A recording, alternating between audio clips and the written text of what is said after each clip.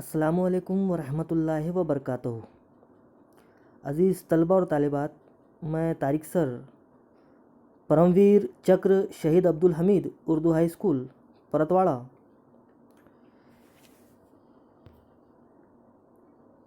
پیارے بچوں، ہم نے پچھلے ویڈیو میں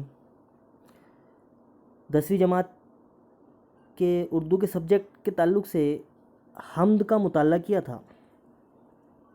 آج ہم اردو میں 10ویں جماعت کا پہلا سبق، جس کا نام ہے حضرت سلمان فارسی رضی اللہ تعالیٰ عنہ،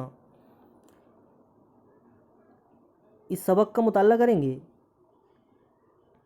تو میں آپ سے گزارش کرتا ہوں کہ اپنی کتابیں سامنے رکھیے اور ویڈیو کو غور سے دیکھیے اور سنیے۔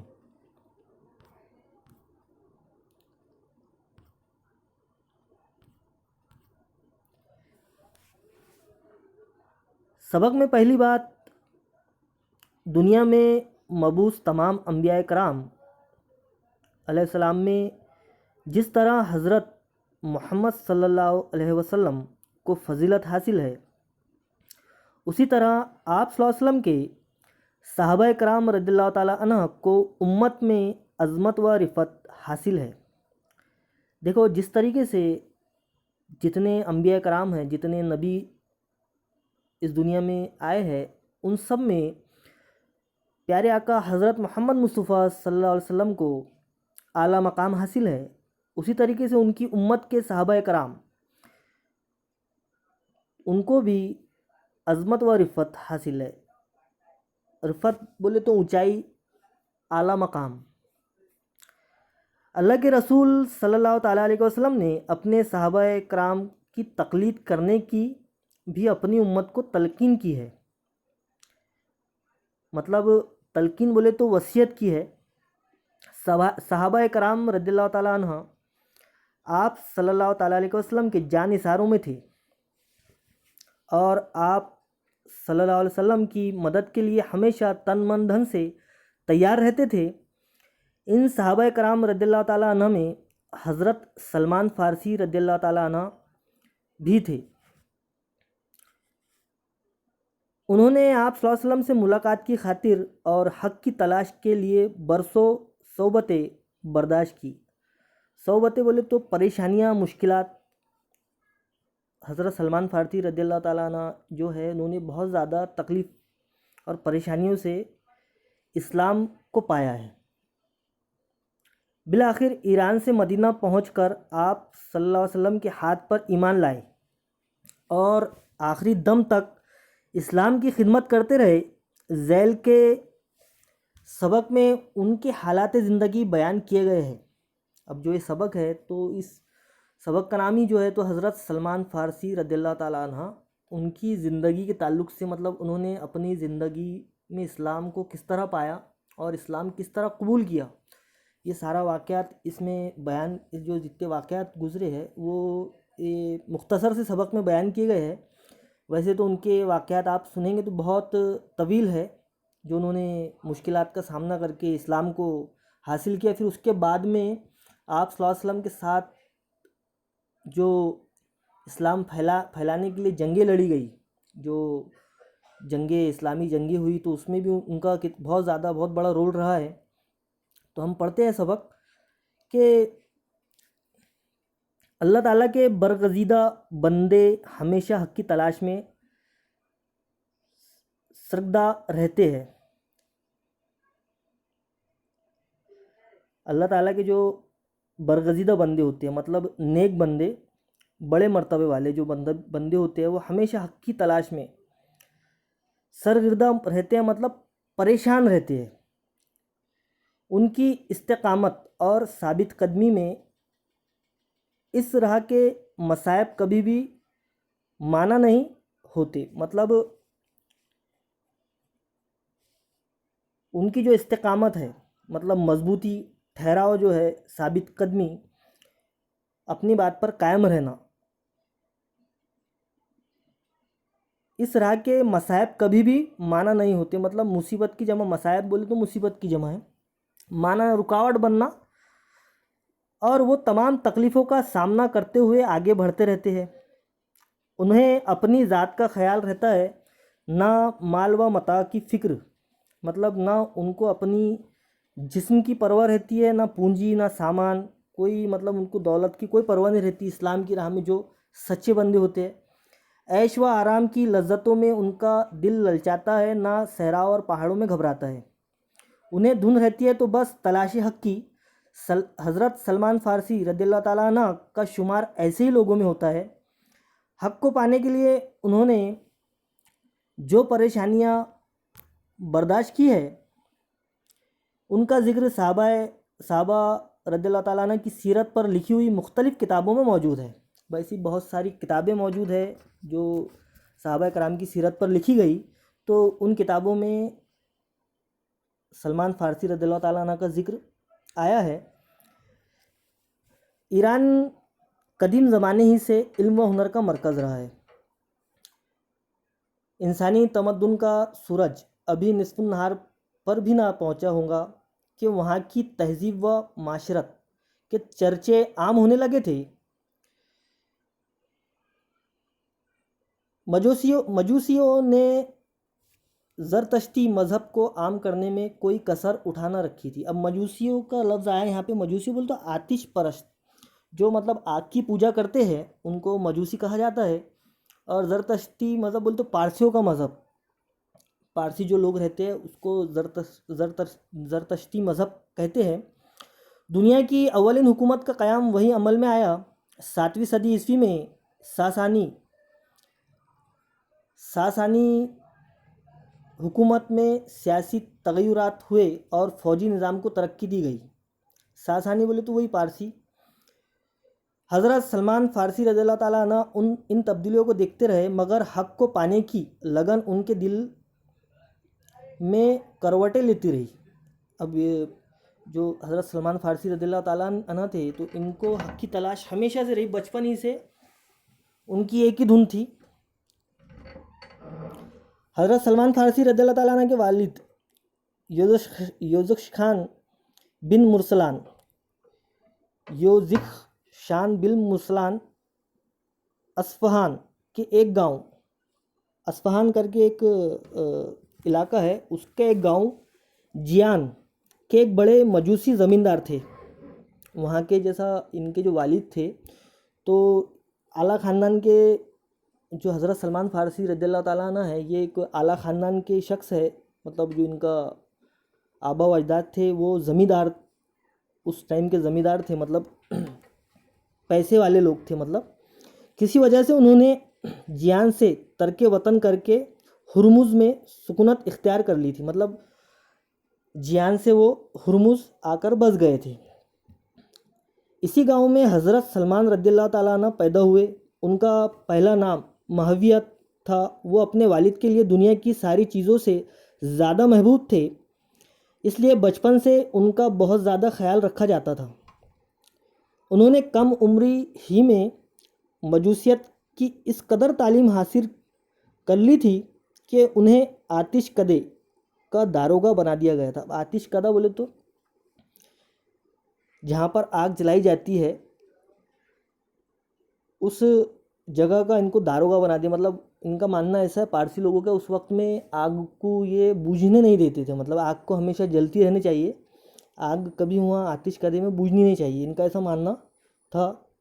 مگر وہ اس مذہب سے مطمئن نہیں تھے۔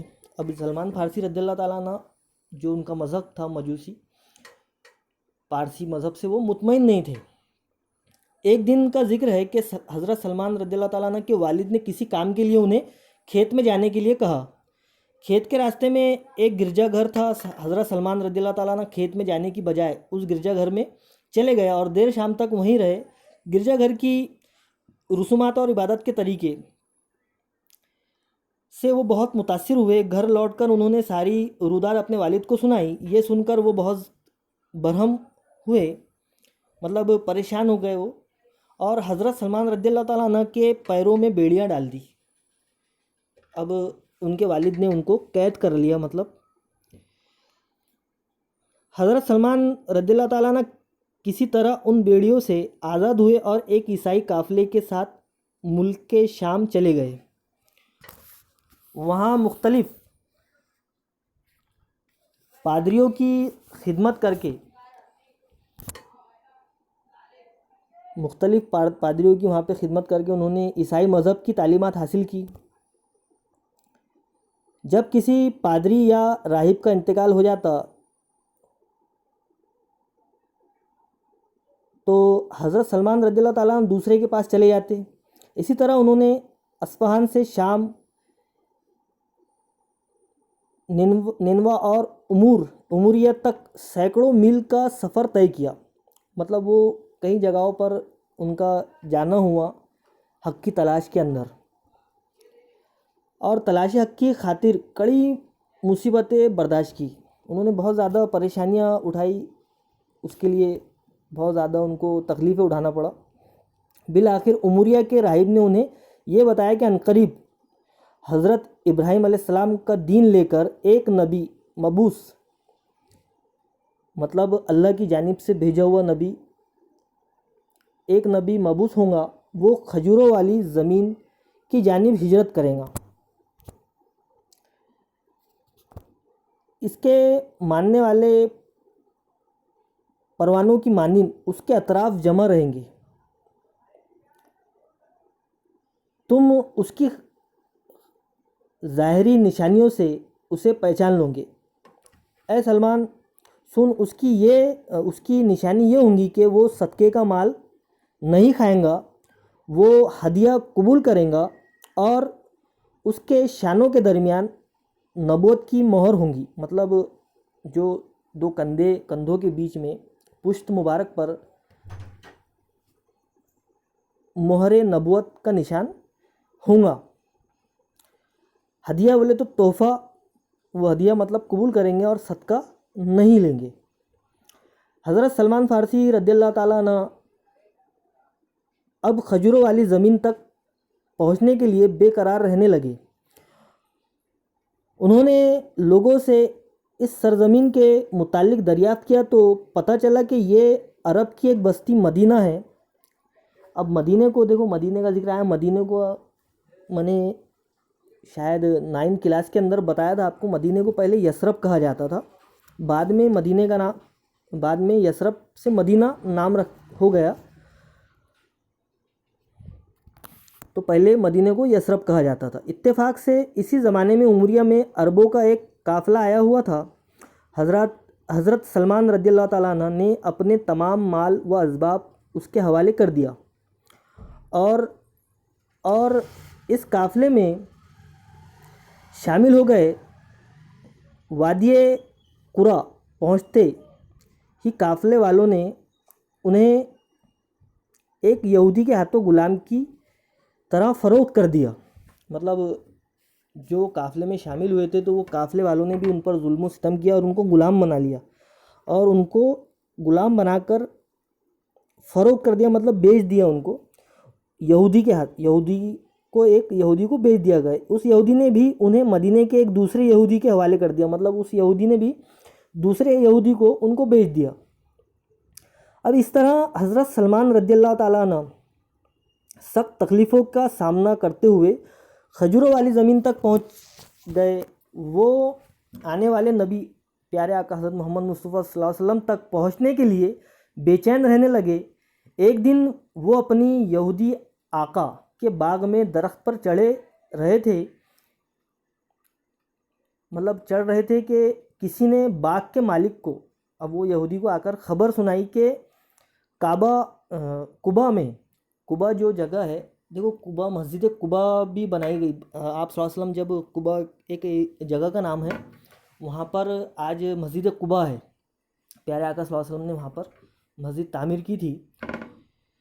تو قبا میں چند لوگ ایک شخص کو اپنا نبی کہہ رہے ہیں اور اس کے گرد جمع ہو رہے ہیں۔ خبر کا سننا تھا کہ حضرت سلمان رضی اللہ تعالیٰ عنہ کانپنے لگے۔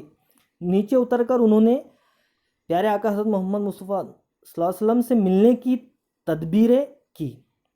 ایک روز موقع پا کر، اب وہ بے چین تو تھے پیارے آقا صلی اللہ علیہ وسلم سے ملنے کے لیے، تو موقع کی تلاش میں تھے وہ، تو موقع پا کر پیارے آقا حضرت محمد مصطفیٰ صلی اللہ علیہ وسلم کی خدمت میں حاضر ہو گئے اور کچھ کھجوریں اپنے ساتھ لائے۔ لے گئے تھے انہوں نے وہ کھجوریں ان کھجوروں کو آپ صلی اللہ علیہ وسلم کی خدمت میں پیش کیا اور فرمایا کہ یہ صدقہ ہے. تو آپ صلی اللہ علیہ وسلم نے اس میں سے کچھ بھی نہ چکھا اور ساری کھجوریں اپنے صحابہ رضی اللہ تعالیٰ کو کھلا دی. مطلب پیارے آقا صلی اللہ علیہ وسلم نے جب انہوں نے کہا کہ یہ صدقہ ہے تو آپ نے اس میں سے کچھ نوش نہیں فرمایا، مطلب کچھ کھجوریں کھائی نہیں اور صحابہ کرام میں بانٹ دی خود نہ کھا کر.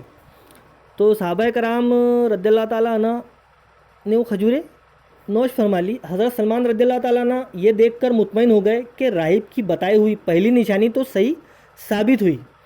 دوسرے موقع پر حضرت سلمان رضی اللہ تعالیٰ عنہ پھر نبی کریم حضرت محمد مصطفیٰ صلی اللہ علیہ وسلم کے پاس پہنچے.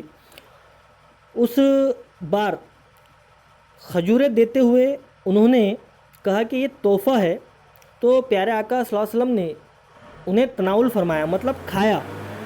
پیارے آقا صلی اللہ علیہ وسلم نے وہ کھجوریں کھائی اور اپنے صحابہ رضی اللہ تعالیٰ عنہ میں بھی تقسیم کیا.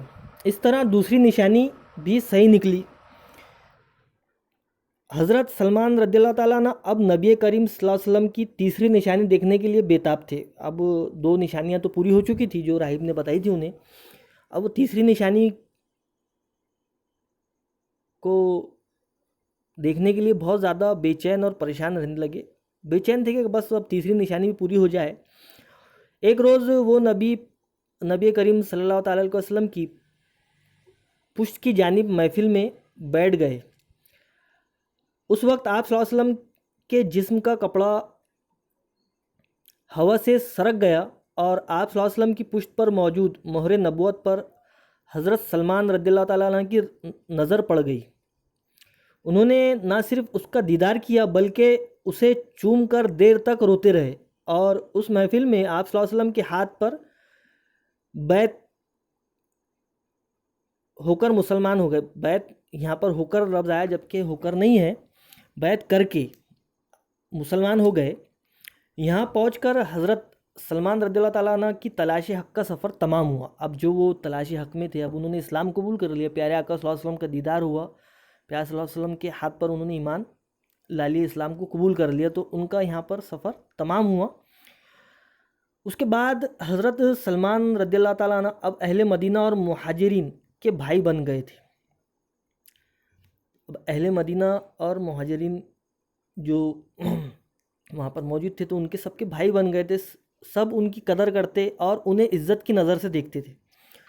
حضرت محمد مصطفیٰ صلی اللہ تعالیٰ علیہ وسلم نے ایک صحابی ابو درداء رضی اللہ تعالیٰ عنہ اور حضرت سلمان رضی اللہ تعالیٰ عنہ کے درمیان رشتہ مؤاخاتہ قائم کر دیا. مطلب بھائی رشتہ مؤاخاتہ پر مطلب بھائی کا رشتہ، مطلب ان کو دونوں کو بھائی بنا دیا تھا.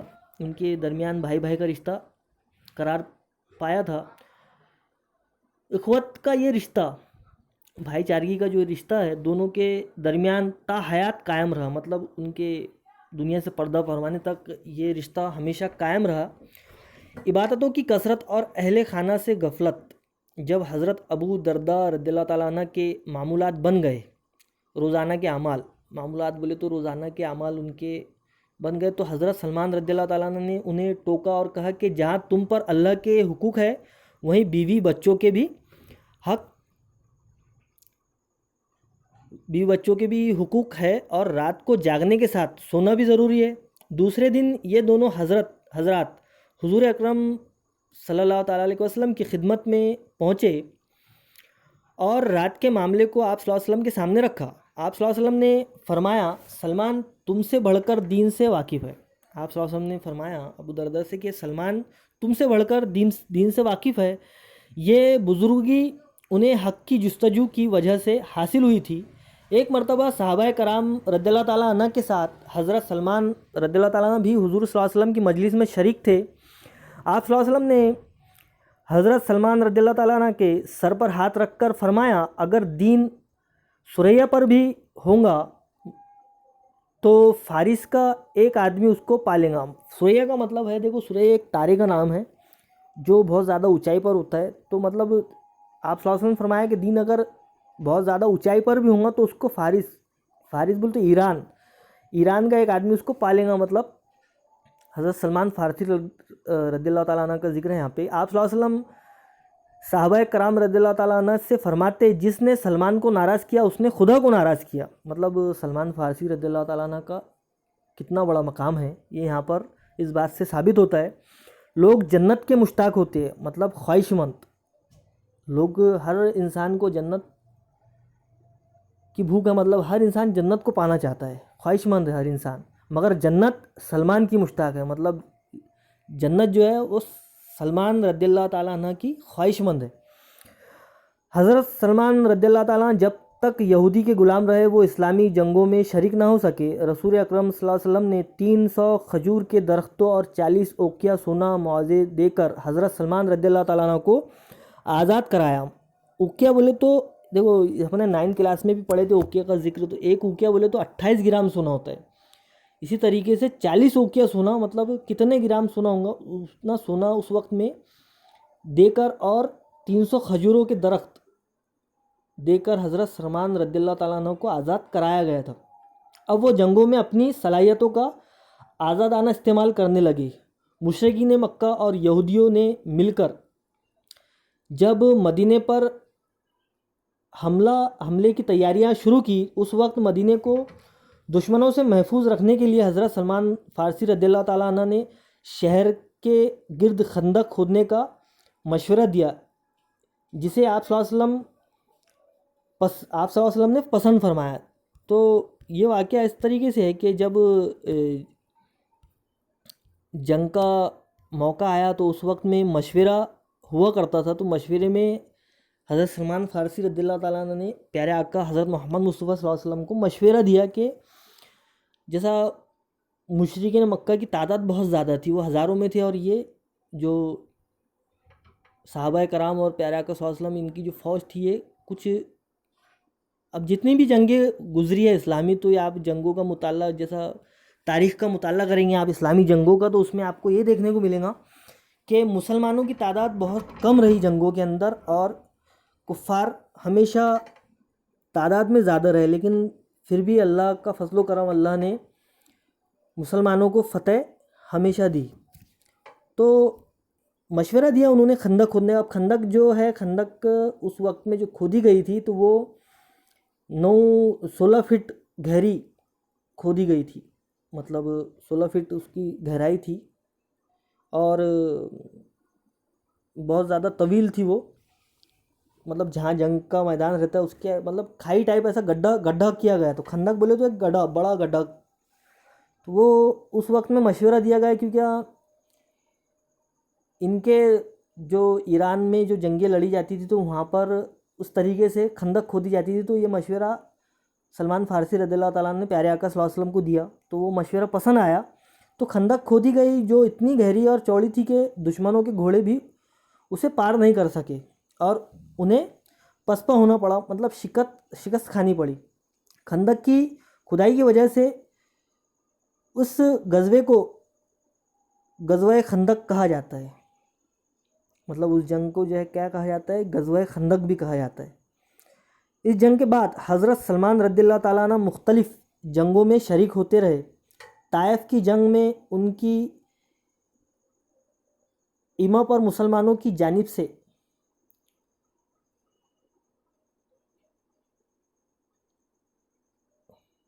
منجنیق مطلب کیا ہے، یہ کا ایک استعمال ہوا، مطلب ایک قسم کا وہ دیکھیں گے آپ نے کہ رسی کے اندر پتھر آج چھوٹے ہاتھ سے پھینکا جاتا ہے، تو اس وقت میں ایک آلہ ہوا کرتا تھا بڑا، جس میں بڑا پتھر ایک قسم کی جیسا توپ ٹائپ کہنا چاہیے اس کو، کہ اس سے پتھر دور تک جاتا تھا، بڑا پتھر پھینکا جاتا تھا.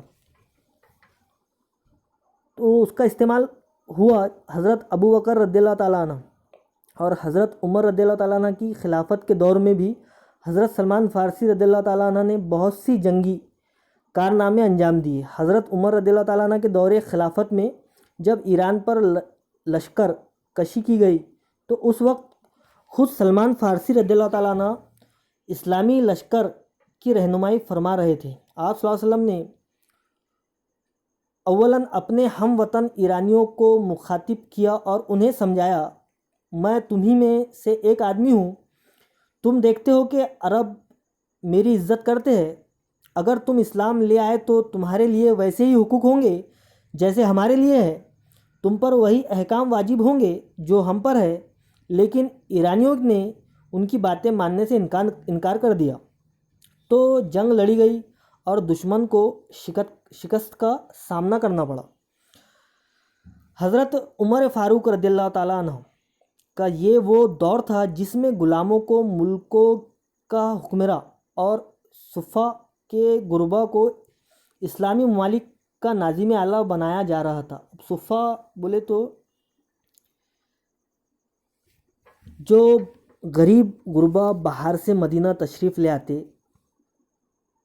اور مدینے میں رکتے تھے، تو ان کے لیے ایک جگہ بنائی گئی تھی، ایک چبوترا تھا جہاں پر رکتے تھے، اس کو صفا کہا جاتا ہے۔ تو جو اس وقت میں صفا کے غربا تھے، وہ غریب لوگ تھے، تو ان کو اسلامی ممالک کا ناظم اعلیٰ بنایا جا رہا تھا۔ تو مسجد نبوی کے قریب میں آج بھی آپ جائیں گے تو وہاں پر گنبد خضرا کے ایک دم فرنٹ سامنے ہی ایک چبوترا بنا ہوا ہے چھوٹا سا، اسے اصحاب صفا کہا جاتا ہے۔ مطلب وہاں پر وہ چبوترے پر جو صحابہ کرام ہیں وہ تعلیم حاصل کیا کرتے تھے اس وقت میں، اور وہیں رہا کرتے تھے۔ ایسی خوشحالی کے زمانے میں بھی مدائن کے ناظم اعلیٰ حضرت سلمان فارسی رضی اللہ تعالیٰ عنہ کھجور کے باغ میں پیڑوں کے سائے تلے ٹوکریاں اور چٹائیاں بنتے رہتے۔ اب ناظم اعلیٰ کا عہدہ تھا ان کو، لیکن پھر بھی جو سلمان فارسی رضی اللہ تعالیٰ عنہ ہے تو وہ چٹائیاں ٹوکریاں اور چٹائیاں بنتے اور اپنی ضرورت کو پورا کرتے تھے۔ عشق رسول کی تڑپ میں وہ بے چین رہتے، انہیں لگن لگی تھی تو جنت میں پیارے آقا حضرت محمد مصطفیٰ صلی اللہ علیہ وسلم سے ملاقات کی۔ آپ صلی اللہ علیہ وسلم کی مصاحبت مطلب ساتھ رہنا، صحبت کی، اور آپ صلی اللہ علیہ وسلم کے دیدار کی، ان کو ہمیشہ آپ صلی اللہ علیہ وسلم کے ساتھ اور ان کے دیدار کی لگن لگی ہوئی تھی۔ اسی فکر میں گلتان وہ زندگی کے ایام گزار رہے تھے، مطلب پریشان ہو کر وہ زندگی کے جو دن اپنے کاٹ رہے تھے۔ حکومت کی جانب سے ملنے والا عطیہ بول تو وظیفہ وہ خیرات کر دیتے تھے، مطلب جو ان کو حکومت کی طرف سے اس وقت میں پینشن پیسہ جو بھی ملتا تھا تو وہ خیرات کر دیا کرتے تھے یا لینے سے انکار کر دیا کرتے تھے۔ ان کی روزانہ کی آمدنی 3 درہم تھی۔ اب جو وہ ٹوکریاں اور چٹائیاں بنتے تھے اس سے جو آمدنی ہوتی تھی وہ 3 درہم کی ہوتی تھی، تو اس میں سے وہ 1 درہم میں وہ ٹوکریاں بنانے کے لیے کھجور کے پتے خریدتے۔ 1 درہم سے وہ کھجور کے پتے خریدتے تھے جو ان کو ٹوکریاں بنانے کے لیے لگتا تھا، اور 1 درہم گھر میں خرچ کرتے تھے اور 1 درہم خیرات کرتے تھے۔ یہی ان کے معمولات، روزانہ کے اعمال جو معمولات ہوتے ہیں تو ان میں شامل تھا۔ اسی حالات میں حضرت سلمان رضی اللہ تعالیٰ عنہ کا دنیا سے رخصت ہونے کا وقت آ گیا۔ وہ سخت علیل تھے، مطلب بہت زیادہ بیمار تھے۔ جب حضرت سعد بن وقاص رضی اللہ تعالیٰ عنہ ان کی عیادت کے لیے تشریف لائے تو انہیں دیکھ کر سلمان فارسی رضی اللہ تعالیٰ عنہ رونے لگے۔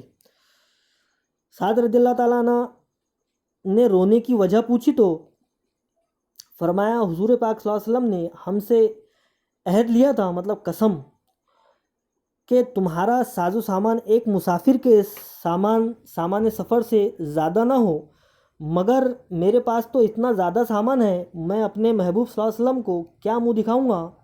حضرت سعد رضی اللہ تعالیٰ عنہ فرماتے ہیں کہ اس وقت حضرت سلمان رضی اللہ تعالیٰ عنہ کا کل اثاثہ، مطلب جو ملکیت، اثاثہ بولے تو ملکیت جو تھی ان کی، ایک بڑا پیالہ اور ایک تسلا تھا، پیالہ اور ایک بڑا تشت، مطلب شین جس کو کہا جاتا ہے، صرف دو ہی چیزیں ان کے پاس تھی۔ وہی ان کو سلمان فارسی رضی اللہ تعالیٰ عنہ کو بہت زیادہ لگ رہی تھی کہ میرے پاس بہت زیادہ ملکیت ہے کر کے۔ جبکہ دو ہی چیزیں ان کے پاس موجود تھی۔ حضرت سلمان فارسی رضی اللہ تعالیٰ عنہ سن 33 ہجری میں دنیا سے رخصت ہوئے۔ انتقال کے وقت وہ 80 برس کے تھے۔ ان کا مزار مدائن عراق میں ہے۔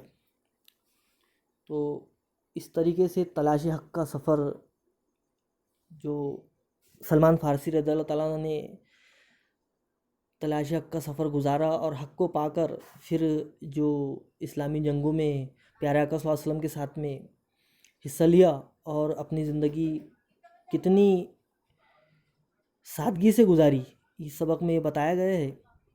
ہم نے یہ سبق پڑھا ہے ڈیٹیل میں، تو آپ اس کے جو مشقی سرگرمیاں ہیں، جو اس کے کوشچنس ہے، اس کے آنسر لکھنے کی کوشش کیجئے اور لکھ کر اس کو گروپ کے اندر شیئر کیجئے۔